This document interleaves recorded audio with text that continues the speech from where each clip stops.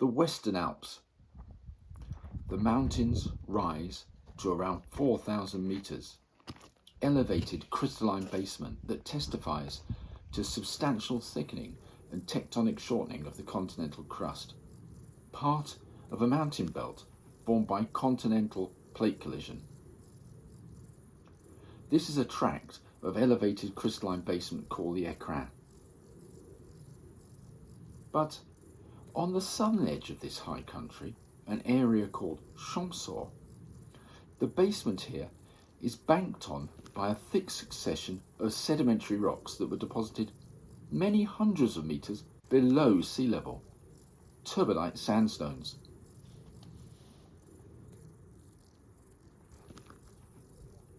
I'm visiting this area to investigate these turbidites. How do they come to be deposited in this part of the Alps? Are they just a small part of a much greater system of rocks that were once deposited here but have been largely eroded away as the Alps have risen? It's a story of submarine corridors and deposition some 35 million years ago, before the high Alps grew.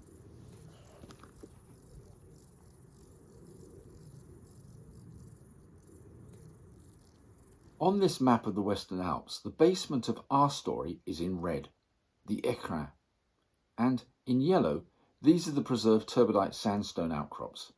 So we're visiting here. We'll use this map to navigate. The basement pink with mauve Jurassic cover, banked over by beige turbidites. Locally, these are called the Ravine de Champsaur, or Champsaur sandstone. But actually, these sandstones are of two distinct types in two distinct basins. Let's start by looking at the western one. This is it in profile, viewed side on and tied into the landscape. The turbidites are part of an Eoligocene age megasequence, unconformable on its substrate, that starts with shallow water carbonates, the nummulitic limestone, that deepens upwards in turn into deeper water, so-called blue marls, or the marne bleu, and locally then fine-grained siliciclastics, the brown marls, or marne brune, and then the turbidite sandstones.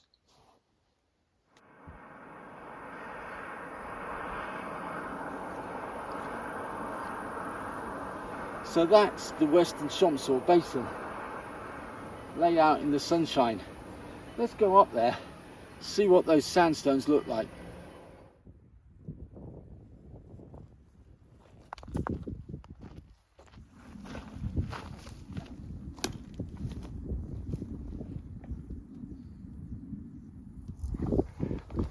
So some really wonderful things in this coarse sandstone.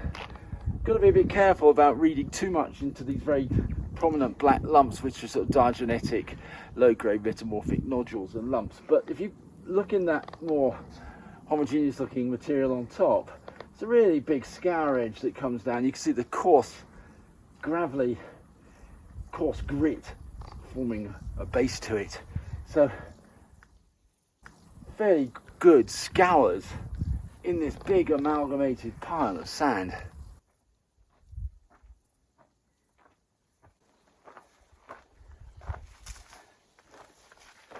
So these are the sandstones of the Western Champsaur Basin. Really spectacular, aren't they? Big amalgamated sand bodies, huge cliff sections. Let's take a look at these sandstones in a bit of detail. So this is typical of this fascies. It's really friable, isn't it? And the reason is, this is almost all clay now, or actually prehnite, pumpelliite minerals, which gives the rock its spotty texture. This started off as a volcaniclastic sandstone, and the low-grade metamorphism grows little rosettes of minerals, which makes the spotty colour, and means that this really isn't sandstone anymore. So This is typical of this basin, the Western Champsaur Basin. Let's see how it's manifest on hillsides now. So how are they organised though in that landscape? Let's go up into one of those corries and look at some historical science that was done up there. So we're up above the family ski station of Shire 1600 in country that was studied by Rufus Brunt for his PhD. He worked out really stunning ancient submarine channels like this, which is incised down over 100 metres into the only slightly older turbidite deposits. Here's one of his interpretations of the hillsides, so sheet sands and occasional dramatic channels. There's an interesting question as to where the volcaniclastic material came from. Well, the first thing to do is to think about what the paleoflow directions are within this Western Champsaur Basin. And it's the channels that give the most obvious story. This is how they trace out in the landscape. And they flowed eastwards along the basin, heading towards the modern mountain of Cedera. So these sands were derived, former sands, were derived broadly from the west, not from the alpine origin, but from its foreland. Let's step back. There are more volcaniclastic rocks in the hills of Devolwy, but these deposited just in shallow water, and so a volcaniclastic source must lie further out still. But there are no preserved volcanoes of the right age and right composition preserved out there. But one idea is that these volcaniclastics came from much further south. But that's a puzzle for another video. So that's one idea of where this sand originates from. So now let's go over to the Eastern Champsaur Basin and see what those sands look like.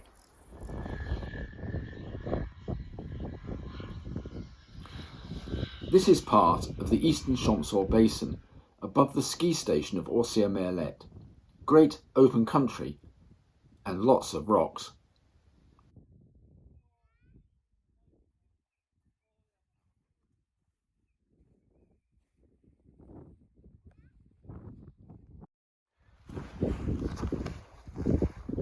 So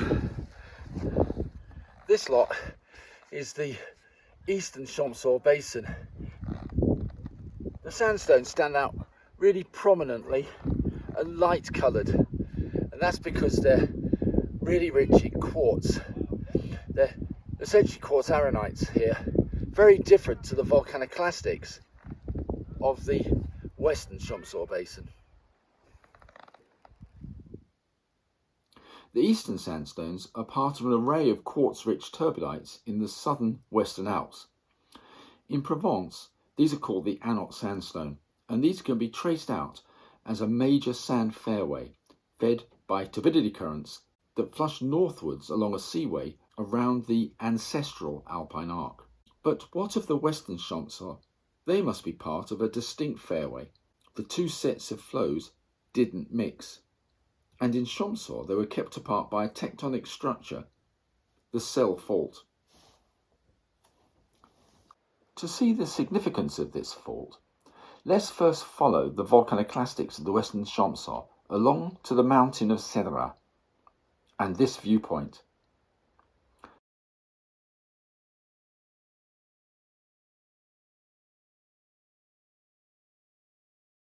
This natural cross-section is 1,500 metres high. Here's the nummulitic limestone and turbidites dipping southwards, and here's what's underneath. Basement and Jurassic cover folded together. Crustal deformation that preceded erosion and then deposition of the younger rocks on top, and then all tilted south.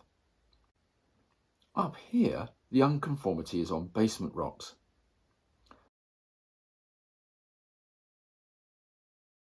Down here, it's on the Jurassic. So this is what we've seen on Cedera. the Western Champsaur sandstone. Maurice Gidon built this cross-section. The two turbidite successions separated by Jurassic and basement rocks elevated along the cell fault zone. Notice the onlap of the Western Champsaur turbidites. If we unfold this, it reveals an old basin margin that we can use to reconstruct the relationships of the two basins as they were being filled by turbidites. So this is how the two sand fairways were kept distinct. So we can go and look down on the western basin from up here on the hill of Sommet Rouvet, conveniently accessed by a ski lift system from Orsier-Merlet that runs in summer for mountain biking.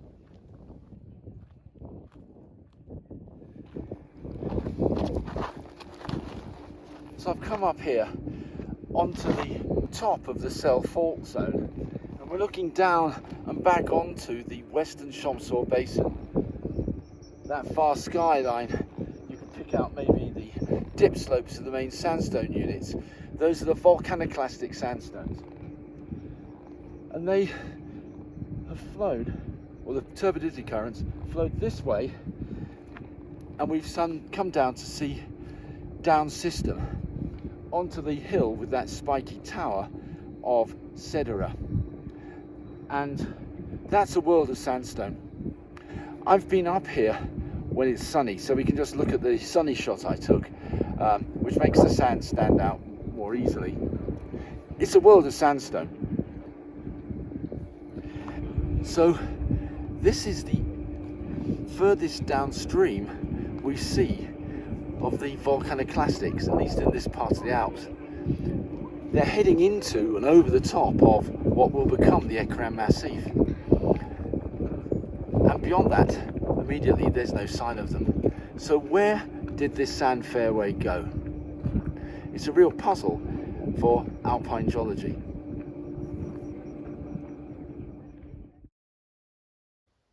So we have an idea of the fairway for the quartz-rich turbidites of the eastern Champsaur, and the volcaniclastic turbidites of the western basin are doing a similar thing, heading north over what will become the Écrin. But where do these fairways end? Where are the sinks for the turbidity currents? This is particularly a problem for the volcaniclastics. Well, there are further Oligocene age volcaniclastic turbidites further north, though these are displaced by alpine thrusting. Could they really be part of the Champsaur fairway? Most geologists assume they came not from the south but from the Alps. Mind you, that was once also thought of the Champsaur rocks too. Regardless of this debate, what tectonic structures prevented the volcaniclastics getting into the distal deposits of the quartz-rich fairway? Again, for now we don't know. Are there even outcrops preserved to find out? But let's return to Champsaur and see if the cell fault was a fully effective barrier.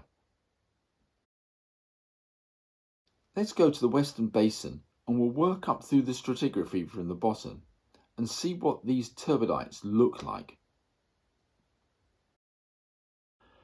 This is the Ravine, and a path follows up this slope, providing what is in effect a natural borehole down through the western Champsaur succession.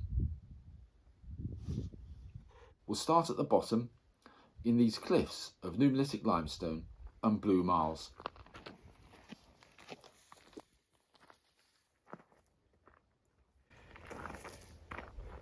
So we've come up through the Marne Bleu, and we're going to look at those sections over there. So really dramatic boundaries that we can check out, different rock types, as we move up the Roranche section.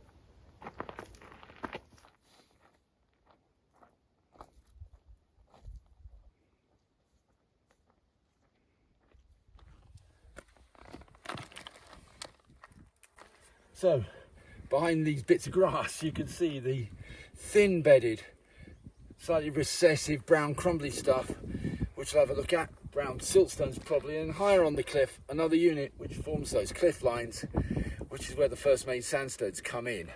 So let's go and have a look at that thin bedded brown stuff at the bottom.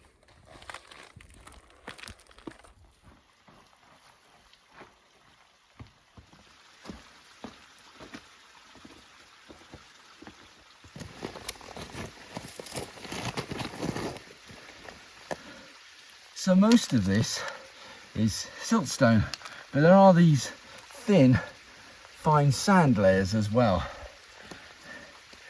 Fairly classic because they have really abrupt tops. So this isn't just a waning flow. These are lateral to some main flow. They're on the flank of a sandy conduit where the main turbidity currents are flowing. Classic marginal facies, called the Marne Brun in the Greater Hautes-Alpes series, as we've seen. Okay, let's continue up the path.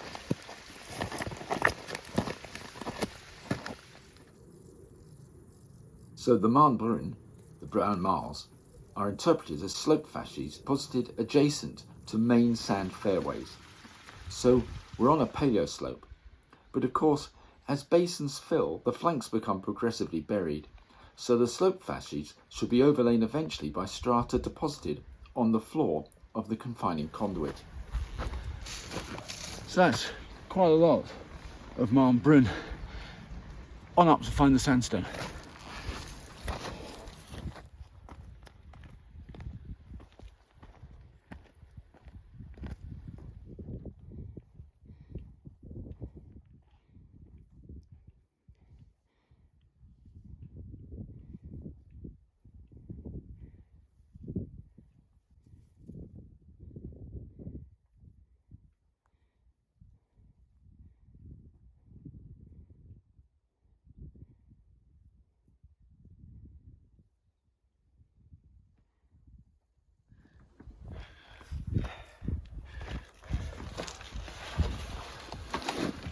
Well, some nice trace fossils on the bedding plane. Fine, we're going to go up and have a look at the sandstones on top. Rucksack off so I can move more freely.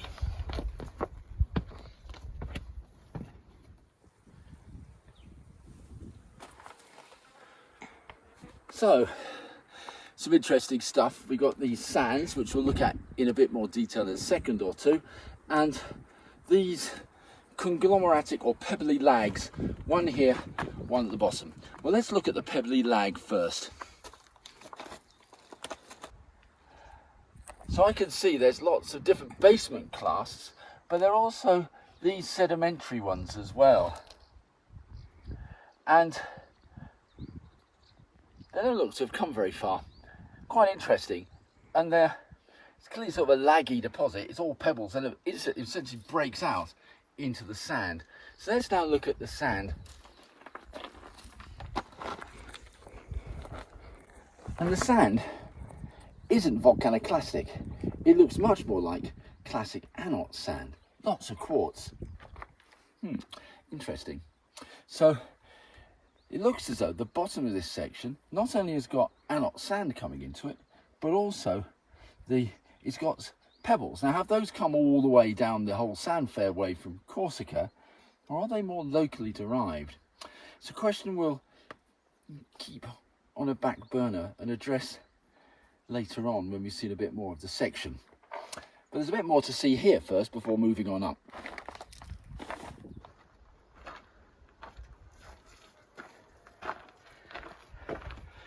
So between the main amalgamated sandstone units, there are these rather nice thin-bedded sands, and they're rather nicely slumped, aren't they? With these rather nice slump folds coming through, layer confined, just a little bit of mobility, potentially on a slope.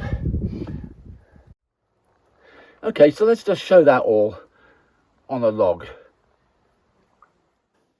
So, surprisingly, these lowermost main sandstones in the Orange section are not volcaniclastic, but quartz-rich, slumps. Perhaps another indicator of a paleoslope. And then those coarse sands with pebbly lags. Are those pebbles derived locally, or are they far travelled along with the quartz sand? More on this in a bit.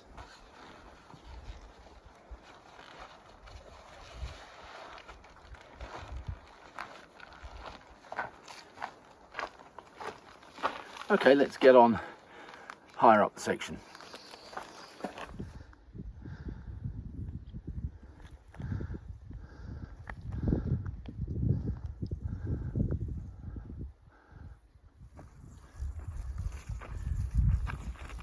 This path sort of zigzags, taking one bed at a time, so it's really gentle. But it provides us with classic Western Champsaur sandstones. They're spotty. Right, let's continue up the path.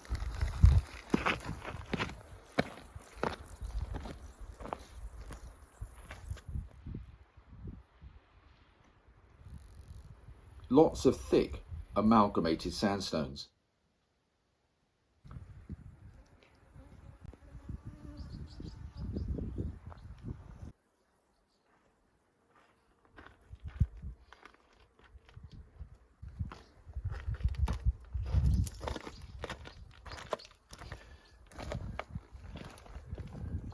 So, between the thick amalgamated sandstones, we get intervals that return to this material here, the silts and fine sands. Bypass fascies, the sand fairway has bypassed this area at this time, only to return later as charted by the top of the hill. So collectively, these successions, which include major incised channels as we saw earlier, are an indicator of dynamic tectonic processes directing flows in this basin.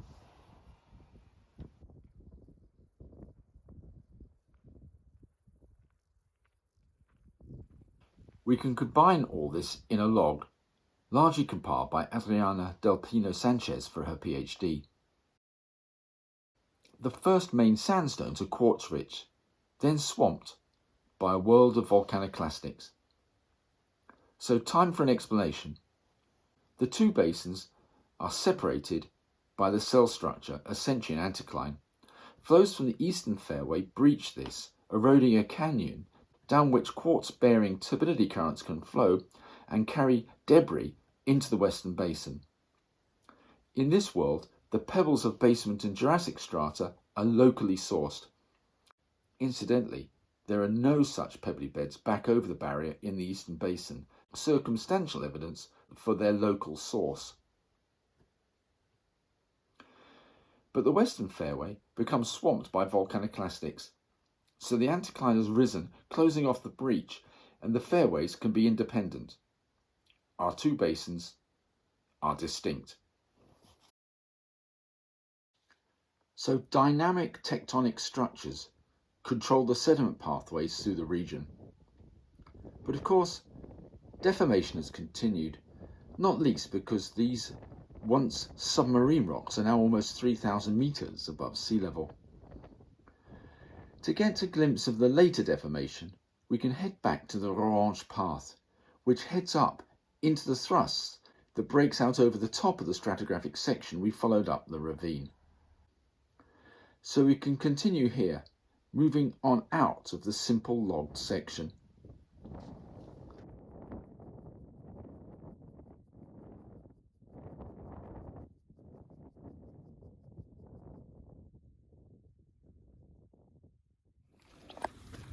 Wow, so I've come out of the Western Champsaur Basin.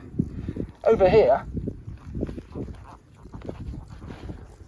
that lot in the distance, that nice triangular peak and the few sprinkles of snow, that's the Eastern Champsaur Basin.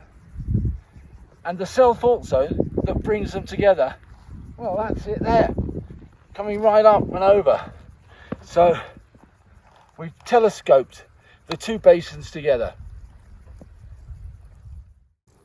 This hillside on La Pustelle provides a natural cross-section through the tectonic structures, and we could pick out the different sandstones. But there's some pretty complex deformation, some really nice folding.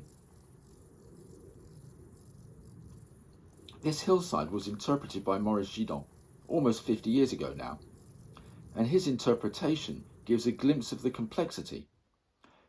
And that's as far as we're going to take the story for now, and stick with this simple summary. And for now, we must treat this restoration as schematic. And even though it's schematic, it demonstrates that the cell fault zone kept these two basins distinct, at least for their later lives. A story of two mostly separate sand fairways. They got pretty close together in Champsaur, but where they went afterwards, well, that remains a bit of a mystery.